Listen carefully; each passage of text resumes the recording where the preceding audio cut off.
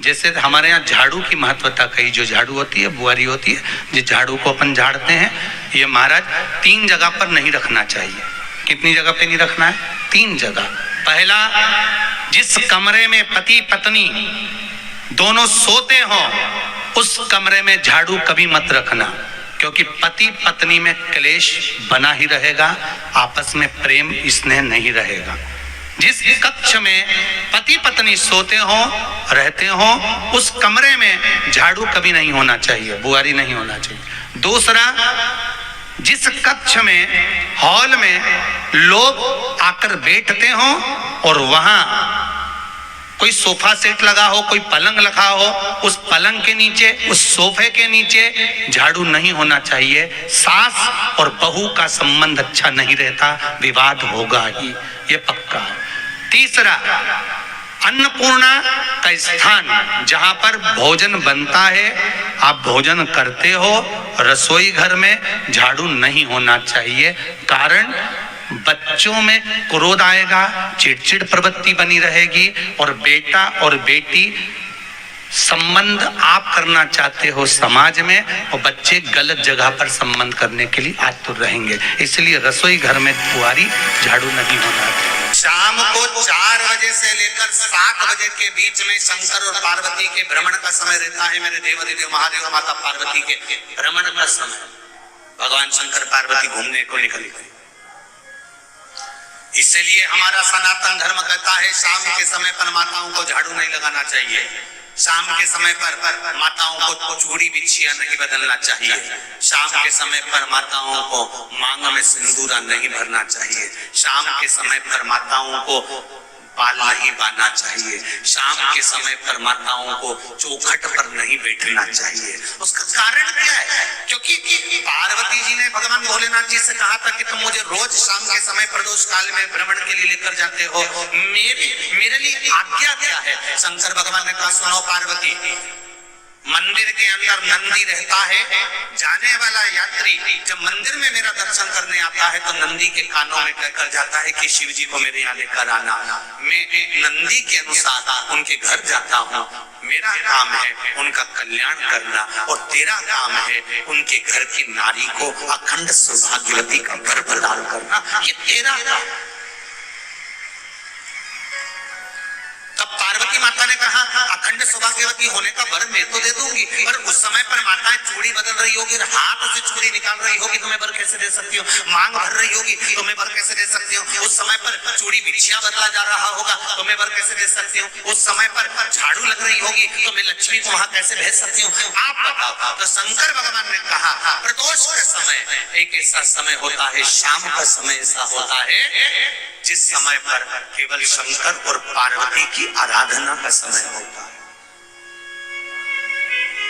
हम तो कई लोगों से कहते हैं, अगर आपके यहाँ संपदा नहीं आ रही है, बहुत मेहनत कर रहे हो, फल नहीं मिल रहा, कहीं नौकरी, कहीं सर्विस या कहीं व्यापार या व्यवसाय में कहीं तकलीफ आ रही है, हम सबसे कहते हैं शाम का समय पकड़ लो, शंकर जी के मंदिर में दिया लगाना प्रारंभ कर दो। शिव मंदिर में अगर दिया नहीं लगा रहे हो तो बेलपत्री के पेड़ के नीचे दिया लगा।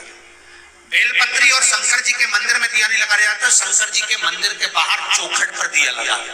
इतना भी नहीं कर सकते तो अपने घर के बाहर अपने द्वार पर दिया लगा दो, और शंकर जी के नाम का श्री शिवाय नमस्तुभ्यं बोलकर शंकर भगवान को याद कर कर, अपनी कामना कर कर, बाबा का स्मरण कर कर, पंचाक्षर मंत्र नमः शिवाय, षडाक्षर मंत्र ओम नमः शिवाय, द्वादशाक्षर मंत्र ओम नमो भगवते वासुदेवाय, जो मंत्र तुमको याद है उसका स्मरण कर कर, लक्ष्मी हो चाहे नारायण हो चाहे राम हो चाहे कृष्ण हो, स्मरण कर कर शाम के समय बाहर दिया लगा दो, दरवाजे के पास लगा दो। वो सुनेगा जरूर, आएगा तो उसका वेलकम जरूर होगा और वो कुछ देकर जरूर जाए। नियम तो बनाओ।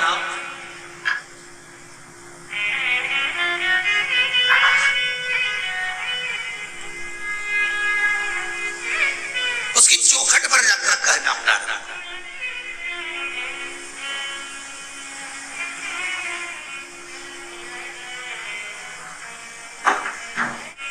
बृहस्पति महाराज ने कहा कि शाम का समय जो प्रदोष का समय होता है उस समय पर इंद्रदेव तुम शंकर जी की आराधना करो। शिव आराधना से शंकर जी जो मार्ग प्रशस्त करेंगे, शिव आराधना से जो शंकर जी कहेंगे वो तुम करना। ठीक है, आराधना करी बाबा भोलेनाथ जी।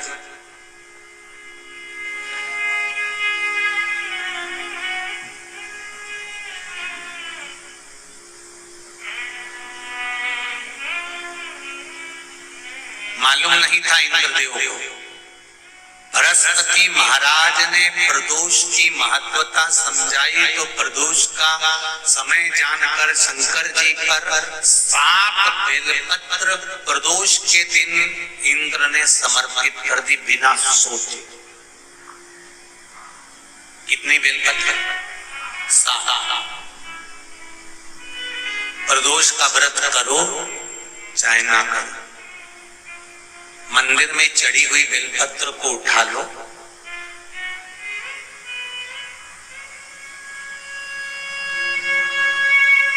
बेलपत्र का ब्रह्म कमल बना लो,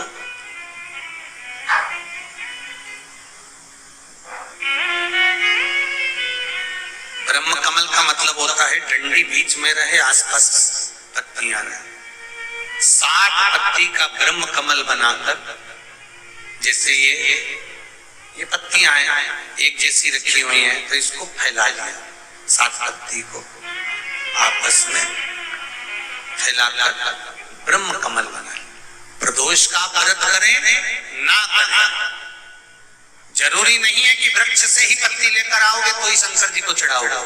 शिव जी पे से चढ़ी हुई उठाकर धोकर ब्रह्म कमल बनाकर बाबा से विनय कर कर, हे प्रभु आज मैं इस काम के लिए जा रहा हूं, बाबा मेरा यह कार्य है, बोल कर श्री शिवाय नमस्तुभ्यम बोल कर शिवलिंग पर समर्पित कर दो। दिन भर के प्रदोष व्रत का फल बाबा एक बेलपत्री समर्पित करने पर ही प्रदान कर देता है। शिव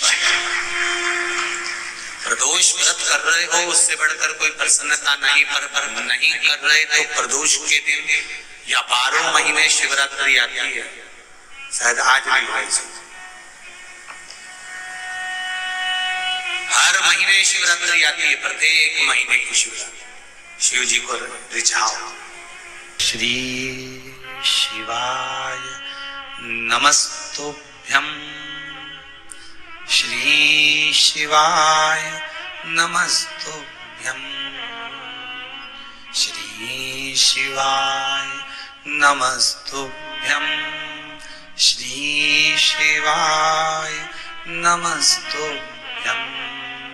तो दोस्तों, वीडियो आपको अच्छी लगी हो तो वीडियो को लाइक करें, चैनल को सब्सक्राइब करें, हमारे वीडियो को शेयर करना बिल्कुल भी ना भूलें। मैं आपसे मिलती हूँ अगले वीडियो में, तो तब तक के लिए अपना ध्यान रखिए और खुश रहिए।